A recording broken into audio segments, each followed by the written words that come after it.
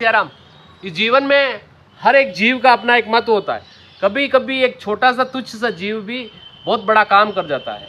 आपने और मैंने सबने एक कहानी सुनी है बचपन में, वो मैं वापस दोहरा रहा हूँ कि एक बार एक जंगल में एक शेर जो होता है वो मदमस्त होकर अपनी गुफा के बाहर आराम कर रहा होता है, क्योंकि वो जंगल का राजा है और काफ़ी उसका प्रभाव है, तो उसके पास में हर कोई आने की हिम्मत नहीं कर पाता।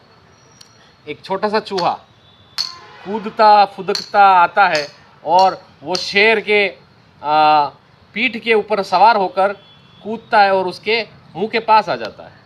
ये शेर की नींद में एक बाधा बन जाती है, एक खलल बन जाता है। शेर दहाड़ कर उठता है और चूहे को पकड़ कर कहता है कि चूहा बोल तेरे साथ क्या करो।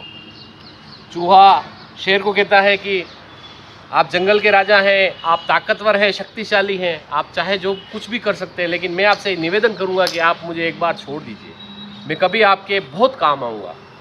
शेर ये सुनकर हंसता है कि ये छोटा सा चूहा मेरे क्या काम आएगा। शेर उसको छोड़ देता है।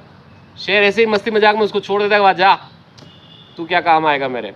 लेकिन कुछ समय बाद जंगल में शिकारी आते हैं और वो शिकारी जाल बिछाते हैं और उन जाल में वो शेर उस जाल में फंस जाता है।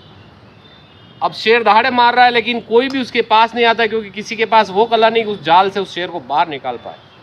वही चूहा जब थोड़ा बड़ा हो जाता है तब आता है और उस जाल को कुतरना चालू कर देता है और वो शेर उस जाल से बाहर आ जाता है।